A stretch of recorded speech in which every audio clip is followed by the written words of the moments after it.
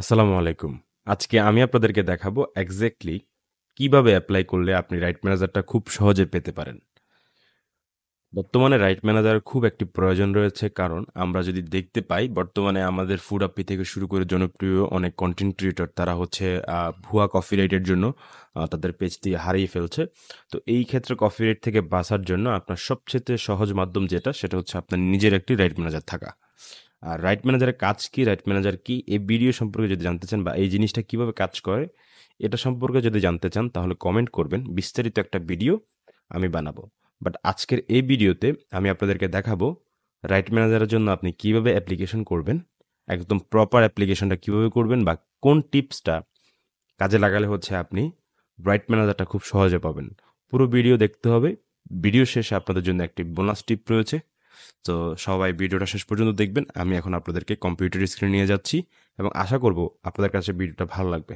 চলুন কম্পিউটার স্ক্রিনে যাওয়া যাক। জি, আমরা হচ্ছে কম্পিউটার স্ক্রিনে চলে আসছি। কম্পিউটার স্ক্রিনে এসে আমরা হচ্ছে একটা ব্রাউজারে যাব, যে আমাদের যেখানে হচ্ছে বেসিক্যালি রাইট ম্যানেজারটা প্রয়োজন। এই রাইট ম্যানেজারটা আমাদের যেখানে বেসিক্যালি যে আইডিতে নিব বা যে পেজের জন্য নিব, বেসিক্যালি ওই অ্যাডমিন অ্যাকাউন্টে আমরা লগ ইন করবো এবং একটা লিঙ্ক আমি আপনাদেরকে দিয়ে দিব ডিসক্রিপশন বক্সে। সো আপনারা ওই লিঙ্ক থেকে পেয়ে যাবেন। আমরা এখানে লিঙ্কে এসে ক্লিক করে আমরা রিকোয়েস্ট অ্যাক্সেসে ক্লিক করবো। এই সেম কাজটা বা এই সেম প্রসেসটা আপনারা হচ্ছে আপনাদের মোবাইলের ক্রোম ব্রাউজার থেকে করতে পারবেন, সমস্যা নেই। তো এই ক্ষেত্রে আমাদের যে কোনো একটা পেজ, আপনি যে পেজ হচ্ছে আপনি অ্যাপ্লাই করবেন সেই পেজ ক্লিক করে দিবেন।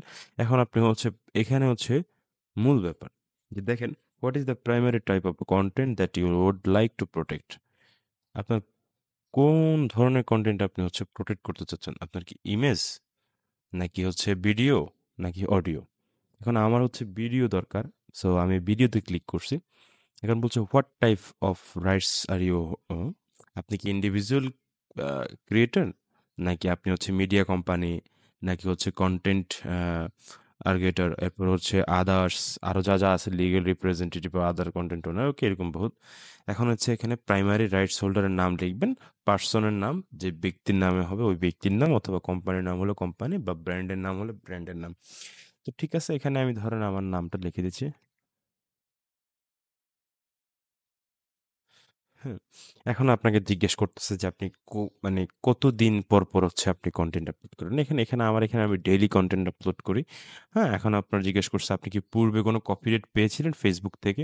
তাহলে আপনার যদি হয়ে থাকে তাহলে হচ্ছে আপনি দিবেন ইয়েস, আর যদি না হয়ে থাকে তাহলে দিবেন নো। যদি হয়ে থাকে এক্ষেত্রে আপনি হচ্ছে কার থেকে রিপোর্ট মানে কপিরাইটটা পেয়েছেন, সেক্ষেত্রে আপনি তার ইমেল অ্যাড্রেসটা এখানে পেস্ট করতে পারেন, যেটা ঠিক আছে। এরপরে আপনি এখানে দিতে পারেন হচ্ছে what are example of videos. আপনি এক্সাম্পল ভিডিও দিতে হবে যেগুলো হচ্ছে আপনি প্রোটেক্ট করতে চান। কি ধরনের ভিডিও আপনি প্রোটেক্ট করতে চান? এখানে আপনি মিনিমাম ৪-৫টা ভিডিও যেগুলো আপনার হচ্ছে মিলিয়ন মিলিয়ন বা 100K, 100K, 200K বা 50K হলো ভিউ গেছে, এরকম ৪-৫টা ভিডিও আপনি লিঙ্ক দিয়ে দিবেন এবং ওই ভিডিওগুলো আপনার নিজের হতে হবে। এটা মাথায় রাখবেন। এরপর আপনার যদি ইউটিউব চ্যানেল থাকে ইউটিউব চ্যানেলের লিঙ্ক দিবেন, ওয়েবসাইট থাকলে ওয়েবসাইটের লিঙ্ক দিবেন। আরও যদি আদার্স কোনো সোশ্যাল মিডিয়া হ্যান্ডেল থাকে, ধরেন হচ্ছে ইনস্টাগ্রাম থাকতে পারে বা টুইটার থাকতে পারে, অনেকের অন্য অনেক রকম সোশ্যাল মিডিয়া হ্যান্ডেল থাকতে পারে, সেখানকার লিঙ্কগুলো আপনি এখানে আদার্স দিতে পারেন।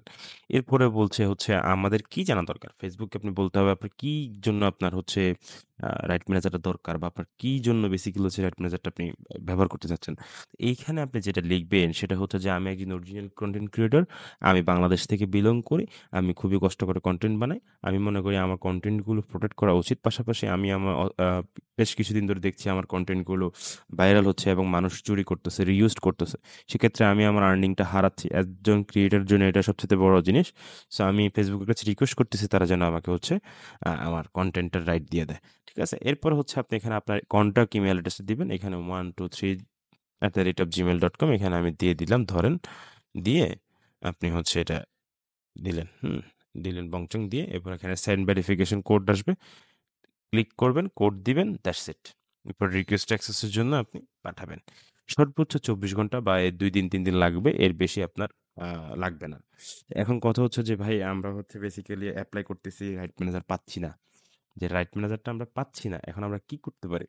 সেক্ষেত্রে আমি আপনাকে বলব কি, আপনি মানে আজকে করছেন, ১ সপ্তাহ পরে আপনার যখন রিজেক্ট করে দিবে, ১ সপ্তাহ পরে এই অ্যাডমিনটা রিমুভ করে নতুন একটা অ্যাডমিন যোগদান দিয়ে তারপরে আবার অ্যাপ্লিকেশন করুন।